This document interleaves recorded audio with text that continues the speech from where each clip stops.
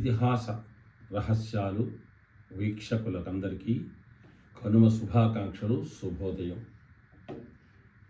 మనకి ఈ హేమంత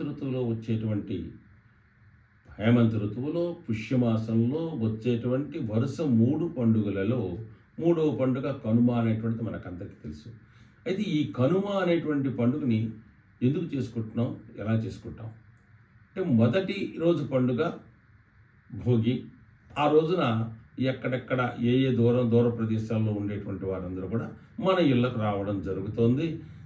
2వ రోజు నాడు మనం అందరం కలుస్తాం కాబట్టి పితృదేవతలకు మన పంటల్ని నైవేద్యంగా పెట్టి మనం వస్త్రాలను వారికి ఇచ్చి, మళ్ళా ఏదైనా అవన్నీ మనమే తీసుకుంటాం, ఆ వస్త్రాలు మనమే కట్టుకుంటాం, అక్కడ ఉండేటువంటి ధాన్యాదుల్ని ధనరాశుల్ని మనమే అనుభవిస్తాం.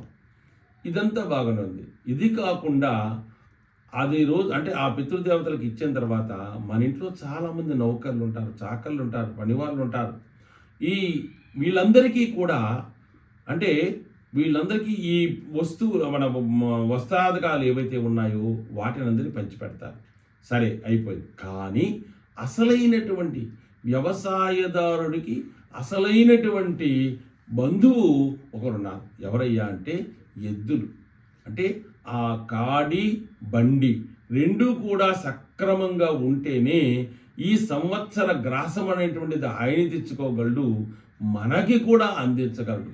కాబట్టి ఈ కనుమ నాడు ఏం చేస్తారంటే ఆ ఎద్దులన్నింటినీ కూడా పూజించడం, అలాగే బండిని చక్కగా అలంకరించుకుంటాం. అంటే మనం ఏదో దసరా నాడో లేకపోతే ఇంకో రోజు నాడో మనం బండికి శుభ్రంగా కడుక్కుంటాం, కడిగి దానికి ఏవో పెడుతున్నాం.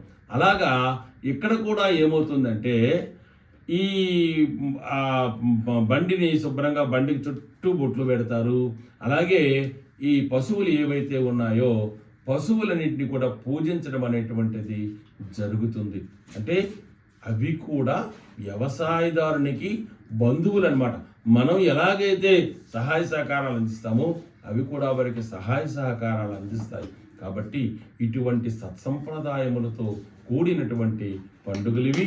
ఈ 3 పండుగలు, అటువంటి 3 పండుగల్ని మనకు పురాతన కాలం నుండి కూడా మనం అనుభవించడం అనేటువంటిది, అనుభవించి తర్వాత తరముల వారికి అందించడం అనేటువంటిది జరుగుతోంది.